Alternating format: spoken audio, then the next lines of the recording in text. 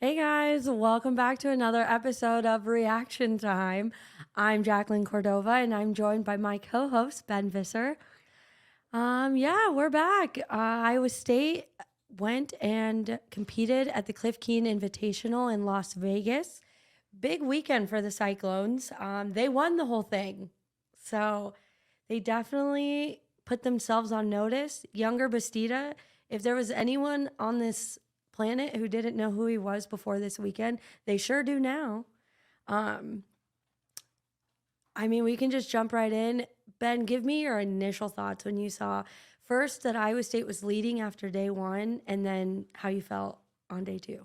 Right when I saw that Iowa State was leading after day one, I'm like, all right. I mean, they've been in a similar position before and couldn't quite close it out, whether that was losing those championship round matches, not getting third place, not getting fifth place, not getting first place, things like that.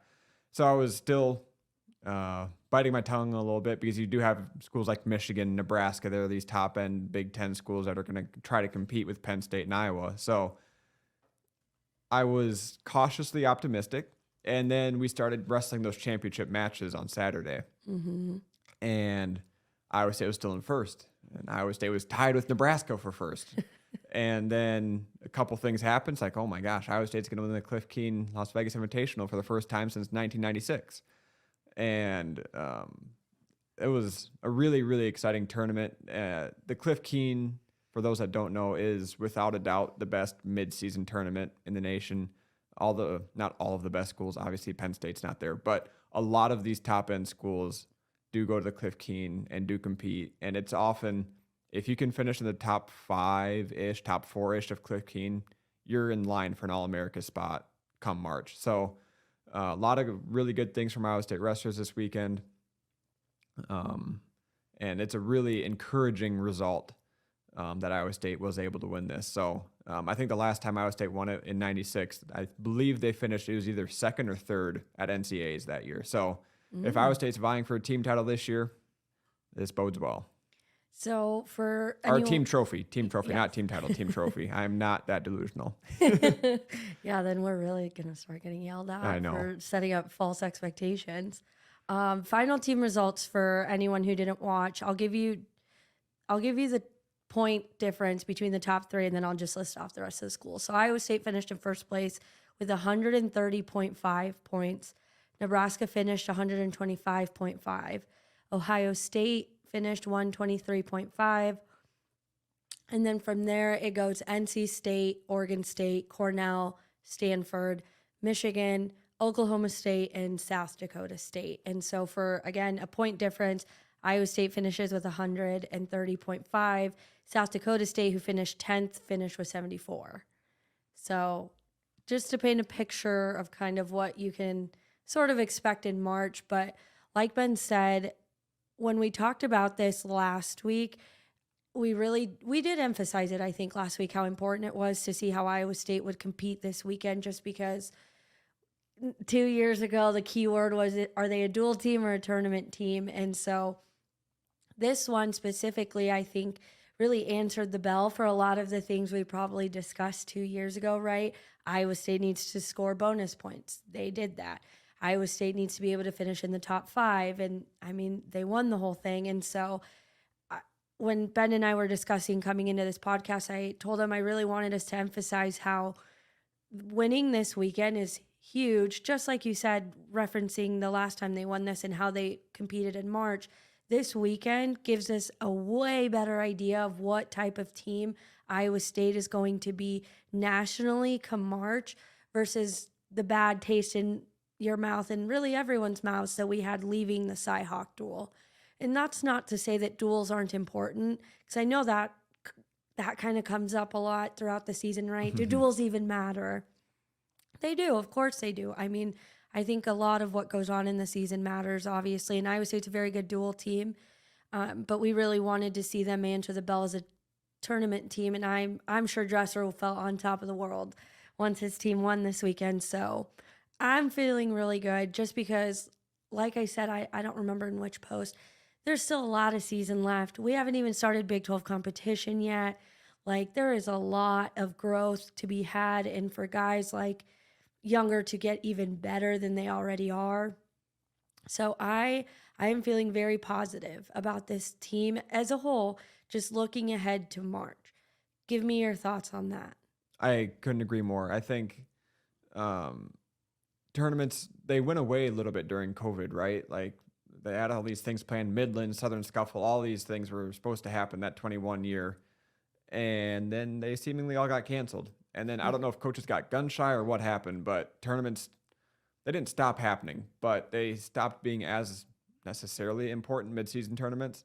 So getting a lot of these big schools back at Cliff Keen and getting these tournaments started wrestling again, it helps so much. It helps the guys. It's because getting down to weight for a dual meet is different than getting down to weight for a tournament. Because tournament, you got to do it back-to-back days, maybe even back-to-back, rest depending on the tournament. So just the feel of it all, traveling out to Las Vegas, getting that under your belt, cutting weight while you're traveling, all of these things just help. It's something you can put in your back pocket come March. Like, all right, I know what this feels like. I know how I can do this. I know how to handle myself. And then ideally, when you're wrestling in the finals in your third place match, fifth place match, seventh place match, whatever it is, you get that little extra juice that you get from those placement matches, and you know what that feels like. So when you're in March and you're down in Kansas City and you're wrestling that same type of feel, except now there's 15,000 people there, you're comfortable with that already. So I think this is, we've praised Kevin Dresser for the schedule that he's put together for this year. And I think this is a huge feather in the cap for him of, hey, we scheduled the hardest in-season tournament. We won the thing. There were two very notable not top schools there in Iowa and Penn State, but besides them, everyone else was there. So I'm not saying, but I'll say, let's assume Penn State wins. Let's assume Iowa gets close to second. Oh, Missouri also wasn't there. So those three. But we'll see. Iowa State and Missouri are going to wrestle once in dual meet and then once in the Big 12 tournament. So we're going to get a really good feel about how those two schools match up. But top four teams get a team trophy at the NCAA tournament. Penn State, Missouri, Iowa, Iowa State. Right now, I think Iowa State is firmly sitting at fourth. So we'll see how the season progresses. We'll see how injuries progress. We'll see if there's some lineup changes that may or may not happen. Kevin Dresser's been talking about a wrestle-off. And I think there's some results from the Iowa dual meet and this tournament that could necessitate a wrestle-off again. And we'll get into those. But overall, I think this could not have been a better weekend for Iowa State because it just solidifies them as, all right, top five for sure team, in my opinion. We'll see what Intermat and Flow and Win Magazine all think when they come out with their rankings tomorrow. We're recording this on a Monday. But, I mean, it's hard not to be very optimistic about Iowa State right now. Well, and I think you can be optimistic, right? Because I feel like I'm always the one that feels I'm always more on the optimistic side of things. I don't tend to be super negative, or at least I try not to be, at least not with wrestling. I try to stay level-headed. But I feel like we can be really hopeful after this weekend because, I mean, they did it. They did the work, and like you said, top teams were there. I will say Missouri, it sounded like they had something going on. I follow one of their beat reporters, and they were tweeting something all weekend, and I think Iowa had a regular duel, and I have no idea what Penn State was doing, to be honest. So it's not like they weren't there this time. Not that they haven't done it in the past, but they weren't there for scheduling reasons, so they could have very well been there. And I have no idea why Dayton Fix didn't wrestle. I have no idea why Wyatt Hendrickson didn't wrestle. But Iowa State put out their best guys out there. So I think that's what makes me feel good too, is that we got to see the potential like permanent lineup in the hardest situation they've been put in so far. And we got to see really how they performed. So I feel like that's a good segue to kind of go through the lineup. 125 was one of the ones I was going to look at, and Kyson did absolutely everything I didn't want him to do. And that's okay. I mean, it's not okay. It's not. I don't know. I feel like it's all in the details, right? Like coach doesn't mention it just to mention it, to blow smoke, right? And availabilities. He's mentioned that the details can be something Kyson doesn't always kind of follow along with. And this is where I get frustrated because I'm like, you feel you know what it feels like to get the good win and what it feels like to have the room cheer for you. So how is that not enough to not only feed you? Apparently, was it Younger? Was it Anthony? It was Anthony that made the comment that called Dresser a motivational Yep. speaker. Yep. Like clearly Dresser's yelling something at you in the room. How is not all of that combined enough to push you? Mm-hmm. So I walk out very discouraged. I'd love your point of view on what you're thinking with Kyson, but I feel like that's a weight class that probably will have to see wrestle off probably more than Dresser thought comparing to when Kyson got the win against Wisconsin. Right, exactly. Because that's when that wrestle off was supposed to happen. The wrestle off was supposed to happen right after the Wisconsin duel. But Kyson goes out there and beats a 2-time All-American in Eric Barnett. It's like, all right, great. Kyson's the guy. He has All-American potential. We've known this. We've known that Kyson has All-American potential. He's beaten All-Americans in the past. And then he does what he's done the last 2 weeks, Yeah. which is nothing. He didn't do anything against Drake Ayala from Iowa. He tried in the last 30 seconds, but he ended up getting taken down himself. And then this tournament, his first match, he wins by fall. It's like, all right, we'll see what he does. And then he loses 2 straight matches, one to Nico Provo from Stanford, who was seeded number 9. Kyson, I believe, was seeded number 8. So that, in theory, that's one that Kyson should win. And then he loses one to some unranked guy from Cal State Bakersfield. No offense to Cal State Bakersfield, but you can't lose that match. It's just unacceptable. 7-4. In Sun victory. So it's just, what are we doing here? Like, we know Kyson's a guy that can take guys down. Why are we scoring 4 points in a match against Cal State Bakersfield? So my patience with Kyson is currently at an all-time low. I would like to see, and I'm guessing Dresser will make sure it happens, that he wrestles off with Ethan Perriman. We saw that wrestle off earlier this year. Kyson won relatively convincingly. Now, I'm assuming that'll happen again. Kyson will beat Perriman, and he will continue to be the guy. What I hope happens psychologically is that Kyson feels uncomfortable. Like, oh, my spot isn't as permanent as I thought it was. Apparently, beating a 2-time All-American isn't enough for me to keep this spot. I need to make sure I'm on my game for the rest of the season to make sure that I don't give up my spot to a redshirt freshman, who is very highly touted, by the way. Ethan Perriman, by all accounts, is going to be a very good wrestler. We saw him last year against UNI, and he beat a guy. So I'm excited for the future of Ethan Perriman. And if he does beat Kyson, hey, I welcome it. It's like, bring him on. I will happily take a redshirt freshman at my 125-pounder. I'd be thrilled with that. So I don't think that'll happen. I think Kyson will win, but I hope it's a kick in the butt to be like, hey, let's get going here. Like, we can't be losing to Richard Sandoval.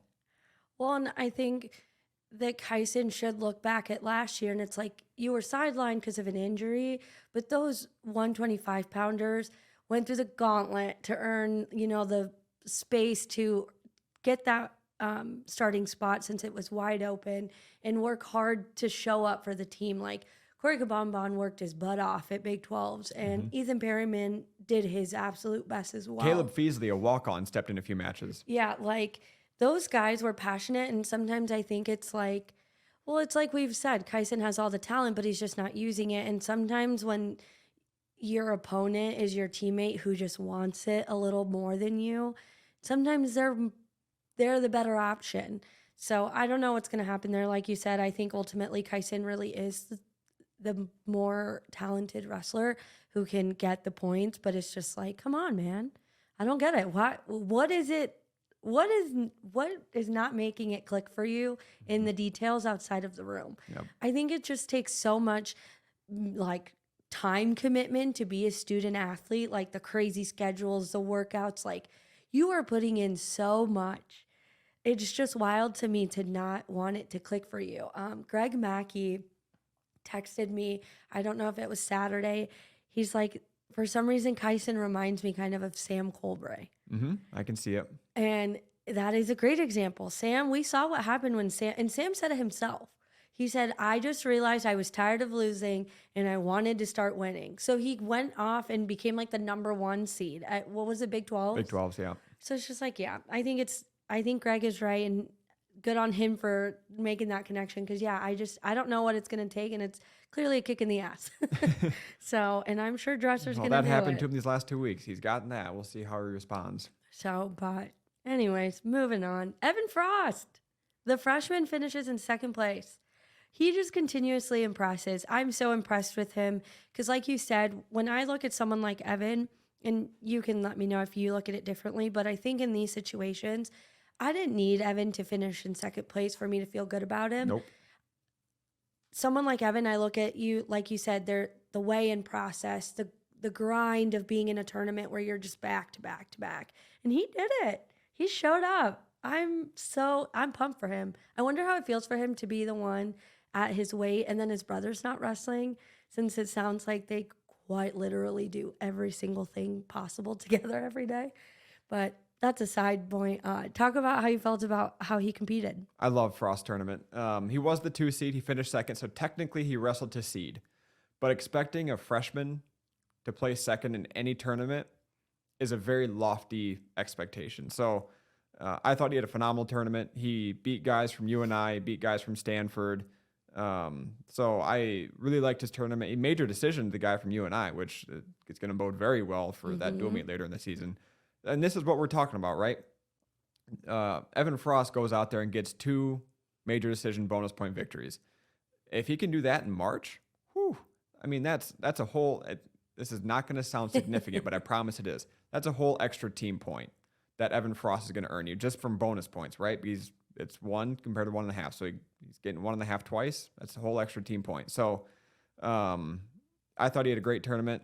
Lost in the finals to Kai Orn from NC State, who is number 1 seed, ranked number 5 in the nation, I believe. So I was a really big fan of how Evan Frost wrestled this weekend. I think it's like you said, the fact that he got those bonus point wins is huge, and it's going to make a huge difference in March. Every single physical point matters. This team scoring doesn't show it, but if you go back and look at past March, like just how close Iowa and Penn State finish within each other, 3 and 4, like it is truly a huge difference, and the Evan Frosts make that difference. So it's exciting, and he's a freshman. So I thought it was pretty neat to see how he responded in that type of pressure, and I'm sure coach is pretty happy to have that at that weight, because that was one of those weights where I thought the wrestle-offs would be going all the time, but I don't know. I think Evan, I think Evan's earned it, clearly, second place finish. So good on him. Freshman keeps showing up. 141, Anthony Echemendia, he finished 7th place.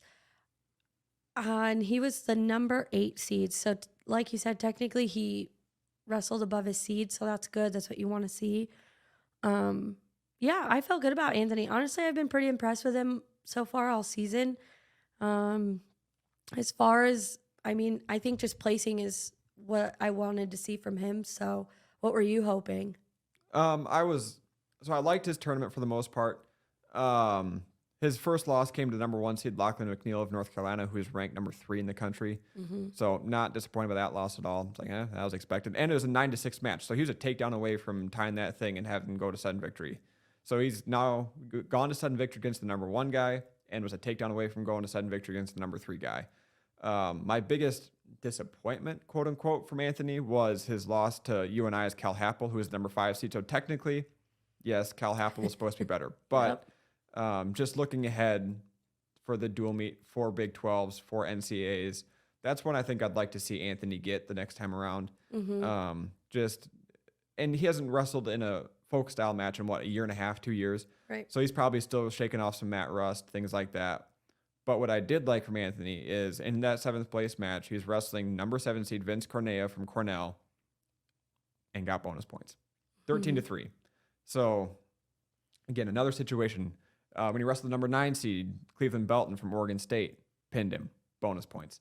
So, again, we're seeing this theme of, hey, when you're better, prove it. Right. Like, don't just win by 3-1, which we're not seeing very much this season, thanks to the rule change. But if you can be the guy that goes the extra step, again, Anthony can be one of those guys that can earn Iowa State those extra points that they'll need it. The NCAA tournament and Big 12s, obviously, Dresser's definitely looking to try and win the Big 12. So, at 149, Casey Swiderski, he finished in 5th place. Which is great. And this was one, if you listen to last week's podcast, I thought Casey Swiderski was severely underseeded.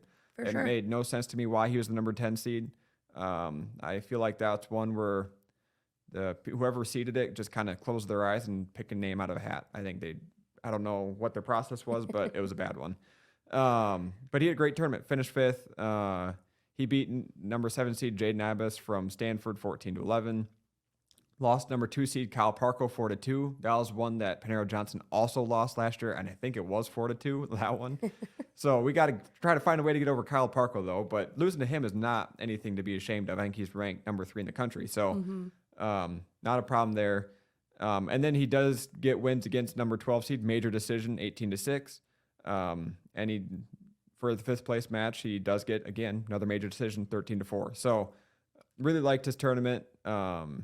Nothing to be mad about. He scored a lot of points. That's what I like seeing from Casey Swiderski. He's an aggressive guy, aggressive style, and you want those types of guys to be rewarded by getting takedowns. So nothing to complain about with Casey at all. Well, and I feel like it's one of those where it's good to get Casey in there to feel this type of competition, this type of pressure, the pressure of the back-to-back. I think that's something that works in his favor, and I'm hoping that his like explosiveness and his like fiery side is what kind of drives him when he does meet Kyle Parko again against Arizona State. So hopefully we can finally see the win at that weight. But no, yeah, I was same thing. I was impressed with him, and yeah, being the number 10 seed did not make sense for Casey, but whatever. We're not the ones doing that part of the job, I guess. 157, Cody Chittum did not place. Little. So on the surface, when Jackie says did not place, disappointing. When you look at it, it's like, okay, well, that makes sense. His first loss came to number 6, Daniel Cardenas from Stanford, who is very good. Lost that match 9-8. Close match, tough loss. Comes back after that one and tech falls a guy in 6 minutes. So like seeing that. And then, unfortunately, this was not Cody Chittum's fault.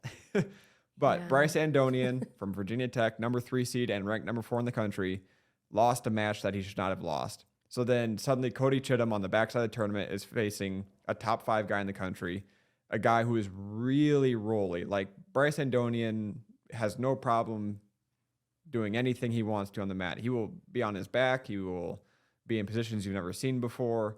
And he pins a lot of guys that way. And he pinned Cody Chittum. So disappointing, sure, but also expected if you knew anything about who Bryce Andonian was. So sure, the result is disappointing in terms of he didn't finish. But when you look at why he didn't place, it's like, okay, that makes sense. Well, and I think, again, it's like this tournament, you want it to reflect what they're going to experience in March.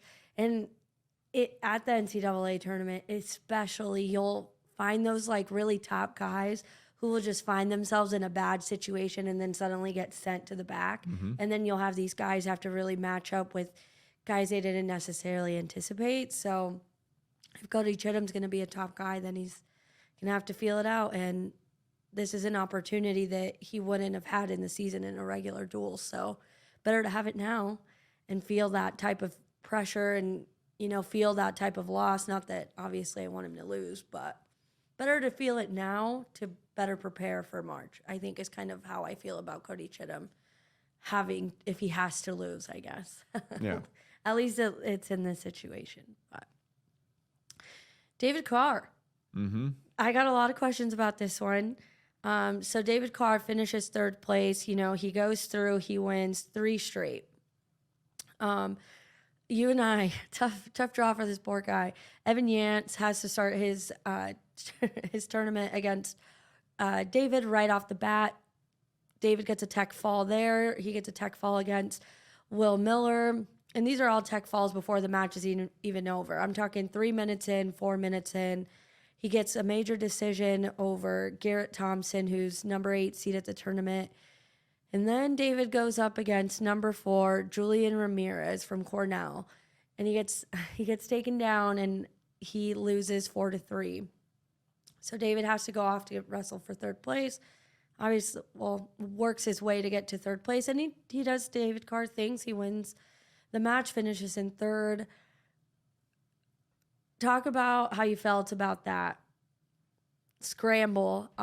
I'll tell you, removing the end result, I enjoyed watching Ramirez not be scared of David, because I feel like more often than not, guys go in against David and try to wrestle safe. And I'm not throwing a dig at past opponents. Like, truly just, David's really good, and if you give him the chance to open up, he's going to do some fancy, crafty things he works on all season, and he's going to beat you.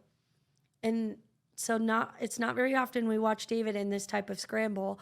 I'll share the clip on Twitter in case anyone hasn't seen it.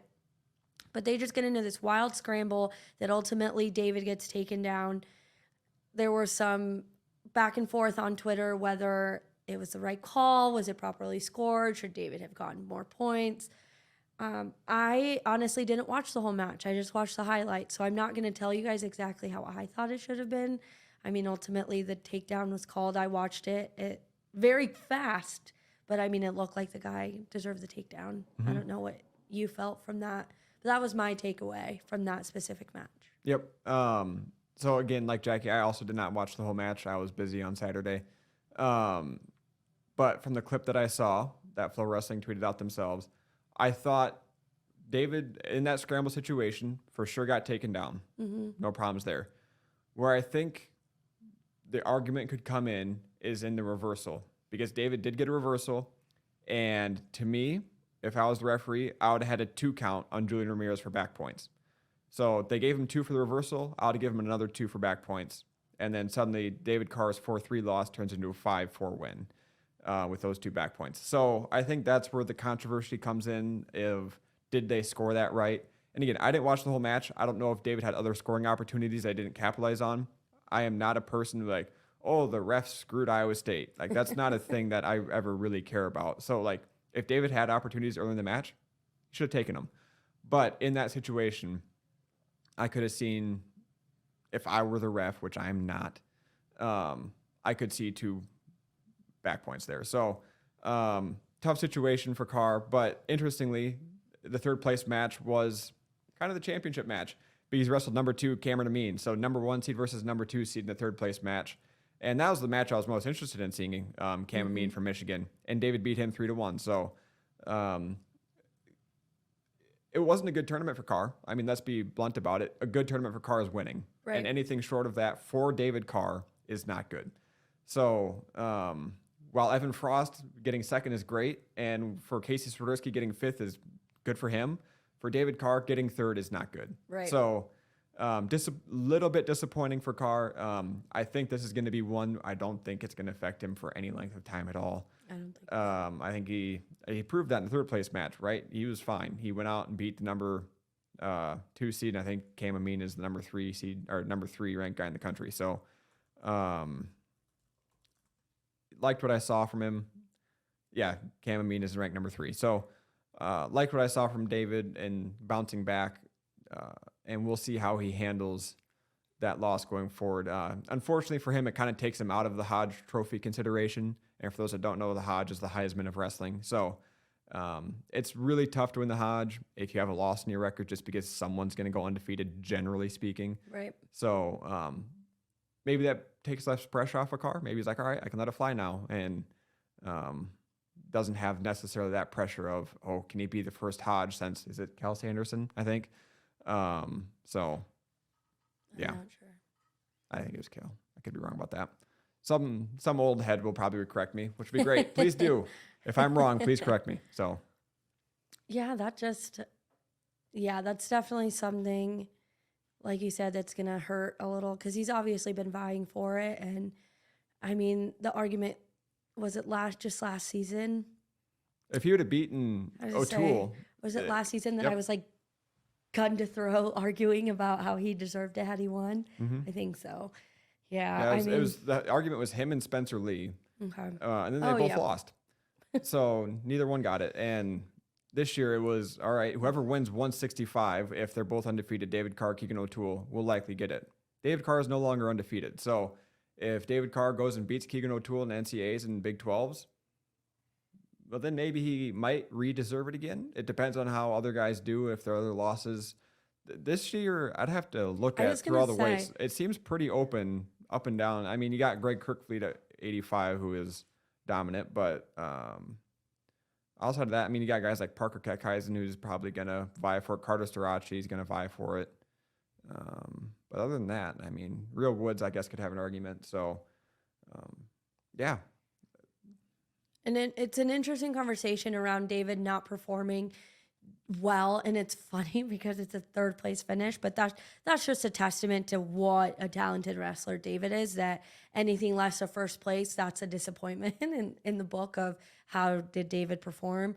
So it's like we look at this and we're like, that sucked. But then you also look and you're like, Iowa State won it with David not being in first place. That's huge.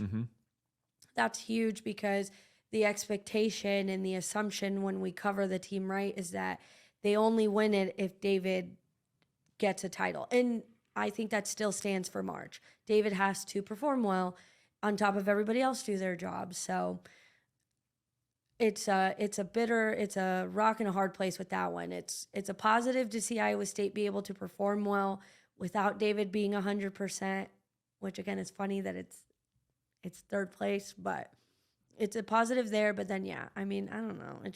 It was like when I texted you. It was one of those situations where it just kind of just wasn't the right situation. I don't even know how to give analysis on that. It just sucked. Yeah. So, but anyways, we'll just keep on moving here. MJ Gaitan finishes in 8th place. I'm just glad he placed. Yeah. That's kind of how I feel. Yep. That I couldn't agree more. I don't know that we need to talk about him, a ton about him. Happy he placed. I think that's probably, if he is a round of 12 guy come March, I'm very happy with this tournament. If he somehow becomes an All-American in March, then Iowa State is in real contention for a team trophy, because that would be MJ Gaitan overperforming what is expected of him. So happy he placed. I think it bodes well for March. I do still think there's probably things for him to clean up, especially early in matches, because he does get a little bit, like Kevin Dresser likes to say, floppy. Yeah. Shore some things up and don't get taken down quite so easily. Yes, you are great scrambling, but you don't always need to go to the mat right away. So it'll be fun to watch to see how he progresses, just because I think sometimes coaches let guys wrestle how they want. And then the coaches get approved to them like, hey, you know that thing that I told you? Let's start doing that.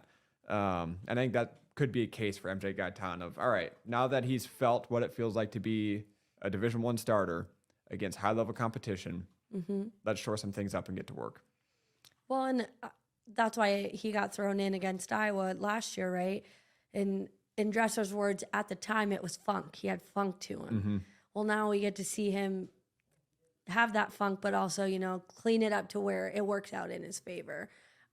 But yeah, not much else to add. I'm a fan of MJ. I like his attitude. I think is what my favorite thing about him is that he seems like a very committed guy who I think he'll get better as the time goes. But Will Feldkamp, 184, second place. Yep, loved his tournament. This was one where Iowa State fans seem to be really disappointed in him because he lost to a guy that's going to be a multiple-time All-American and probably a multiple-time national champion.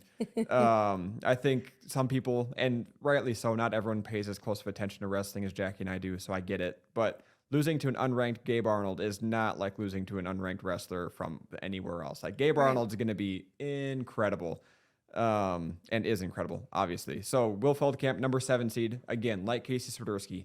How in the world is Will Feldkamp seeded number 7? It makes no sense. So he finished the second, and his one loss was to number 1 seed Parker Keckheisen, who is ranked number 1 and is the favorite to win the weight. So that's not a bad loss. Again, bonus points, win by fall, tech fall, major decision. Great. Love it. Loved his tournament. Could not have wrestled better.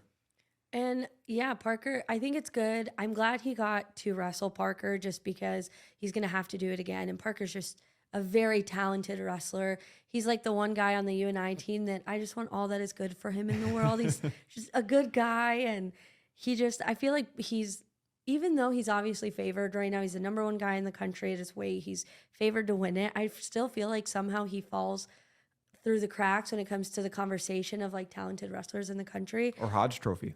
Yeah, like I just think he's underrated, which is funny because again, he really is number one at his weight. So he was the thorn in Marcus Coleman's side. He could just talk about not matching up well. So I'm excited to see how well will wrestle him again in, I think it's February. So yeah, good weekend for him. Julian Broderson, he did not place. He was seeded number 13. You know, he started the day with a win by tech fall, and then he goes and loses to number 4, Luke Serber from Oklahoma State. And then he goes on and he wins again by pin against Austin Starr from Ohio. And then he goes and loses to number 12, Wyatt Volker from UNI. So it's one of those where I know people are upset with Broderson. We all want to see more from him. 100% understand and agree with the criticism from the Cyhawk. I think when it comes to Cliff Keen, I think he did exactly what I would have expected. And if anything, he got to wrestle the guy from Oklahoma State and UNI. That's 2 of his upcoming opponents. This is a weight that we're pretty sure we'll have to see wrestle-offs. You know, again, I think, unfortunately, Julian just isn't 100%, so I think other guys deserve to be part of the conversation, especially when we've seen what the 2 other guys can do. But as far as how did Broderson perform this weekend, I thought he did exactly what I would have expected. Yep, 1,000%. This was a classic Julian Broderson tournament. He destroyed the guys he's better than and barely lost to the guys he is worse than. It's like, all right, well, that is exactly what I expected. So, Yep. yeah, I'm interested to see, again, when those wrestle-offs happen, which I'm assuming they will now. I'm assuming they're very much back on the table.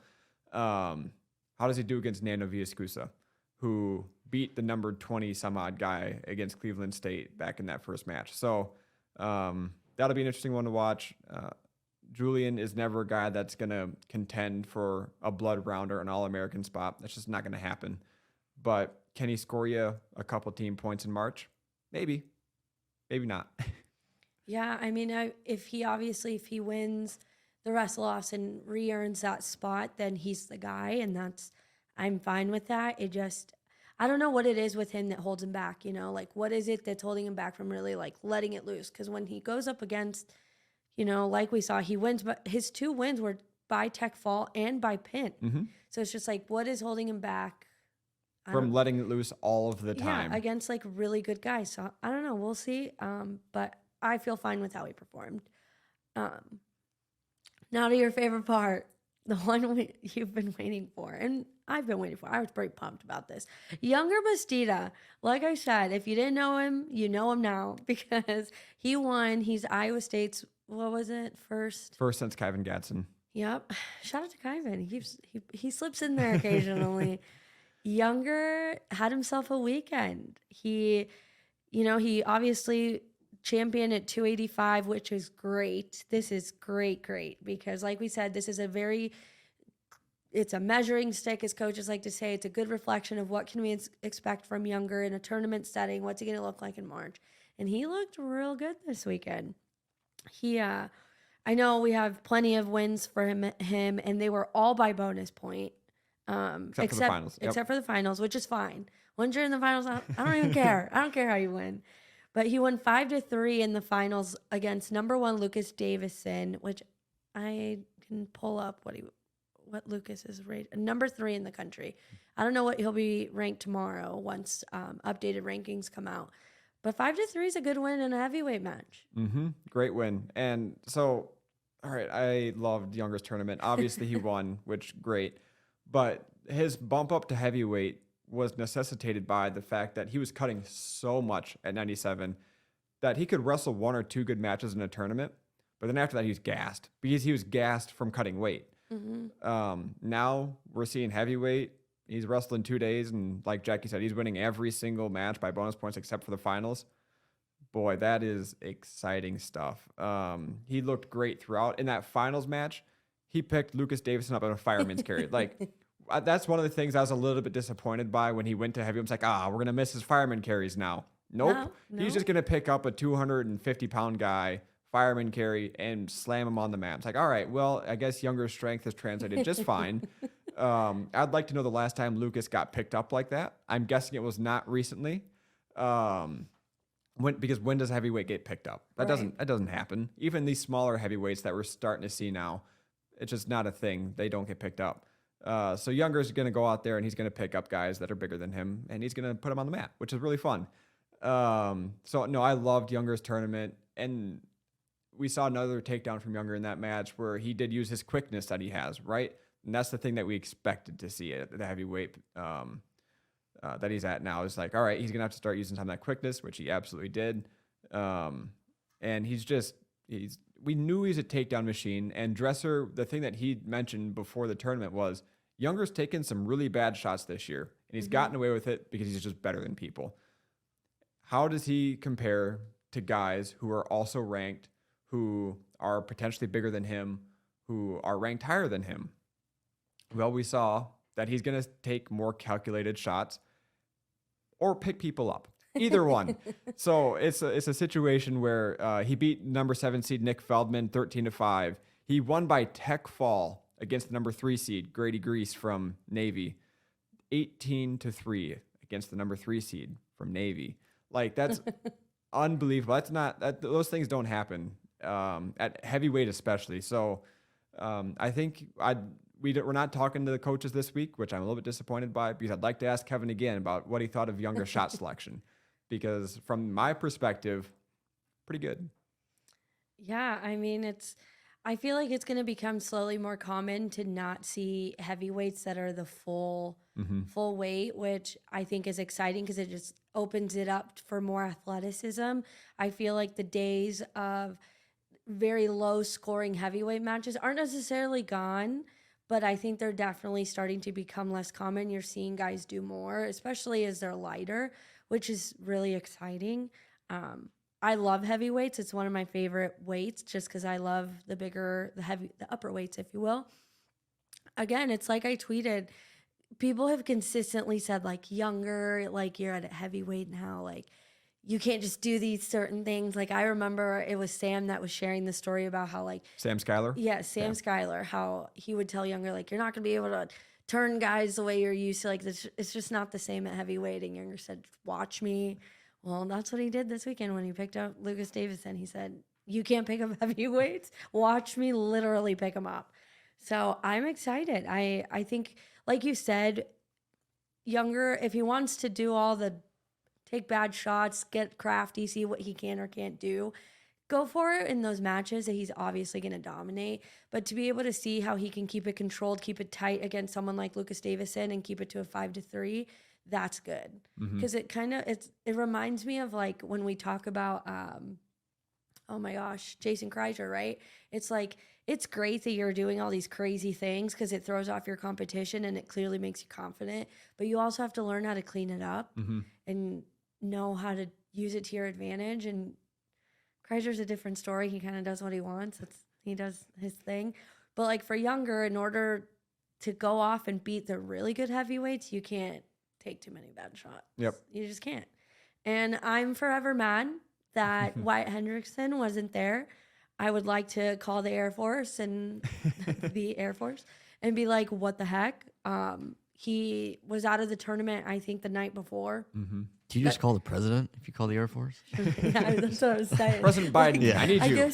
I guess when we talk about Army or Air Force or Navy, it's like the word verbiage he uses. You have to be careful, because I think I said the Army once in a tweet, and someone was like, "What are you talking about?" But no, they pulled him out the night before, and I was really upset.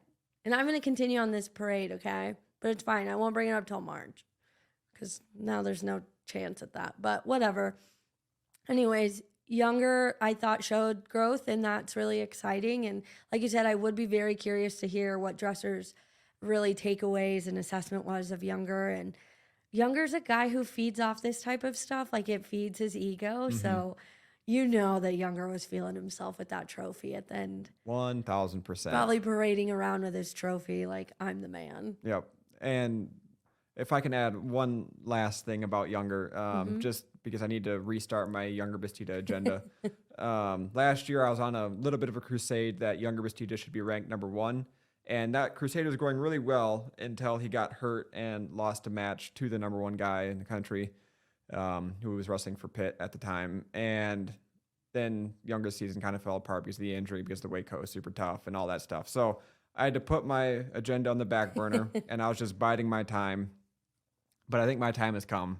Yonger Bastida was ranked number 7 before this, and new rankings have not come out yet, as we've mentioned. But he just beat the number 3 guy. So if Yonger Bastida is not ranked number 3 this week, You're going to riot? I will be furious. It should be Greg Kirkfleet from Penn State, Wyatt Hendrickson from Air Force, who great, 1-2, no problem with that. And it should be Yonger Bastida right after that. And to talk about lighter heavyweights, Greg Kirkfleet is that for Penn State. Greg Kirkfleet is Yonger Bastida's American twin. Those two are the exact same. They're both incredibly athletic. They're both jacked beyond belief. And neither one, I don't think, is going to break 240 or 245 this year in terms of weight. Wyatt Hendrickson, like Jackie has said, is one of those big heavyweights. He's 6'5" and all at 285. So I'm fine with not ranking Yonger number 1 right now. I recognize he probably should not be. But he should be ranked number 3 in my opinion, and he's going to get a shot at Colton Schultz, who is currently ranked number 4, and Zach Elam, who's currently ranked number 5. So even if he does slide in at number 5 for some reason, which again would be fine, but he's going to get a crack at 2 of those guys again before March rolls around. So Yonger, I love the way he wrestles. I love the way he competes, and he should be ranked number 3. I was going to say, this is our love poem to Yonger Bastida. I mean, that's a good segue. I was going to say the next time outside of oh gosh, I don't have it in front of me. The next thing that they have, it's like in 2 weeks, next weekend, they're going to compete in collegiate duels. Mm-hmm. I think it's like Little Rock and 2 other programs. I'm so sorry. I'm pulling it up, I promise. But I was going to say their next duel, like actual duel, will be against Arizona State, which is Colton Schultz. So again, number 4, it's good to keep him going. I feel like Younger's one of those guys you got to keep going. Mm-hmm. You can't give him too much time off. Nope. So All gas, no brakes. So it's good that the next duel he'll face off against the number 4 guy, because that'll only continue to solidify not only just overall rankings, but your agenda here of keeping him in that top 5, because he won't see Zach Elam until the end of the season. So if he can beat Colton Schultz, which Colton Schultz, obviously, good guy, he's a top 5 guy. I would love to see how he matches up against Yonger. I think that would be very interesting. I wish that duel was in Hilton and not in Arizona, but it's all right. Chris isn't paying for us to fly down there? No. Can you believe it? No, it's a shame. I told him that if Iowa State ever wrestled Wyoming and they did battle at the barn, I would like to travel. Yeah. I will need oxygen. I have bad asthma, so the elevation would be horrific. But yeah, no, I think what the team did this weekend is really good. What Younger's doing is good.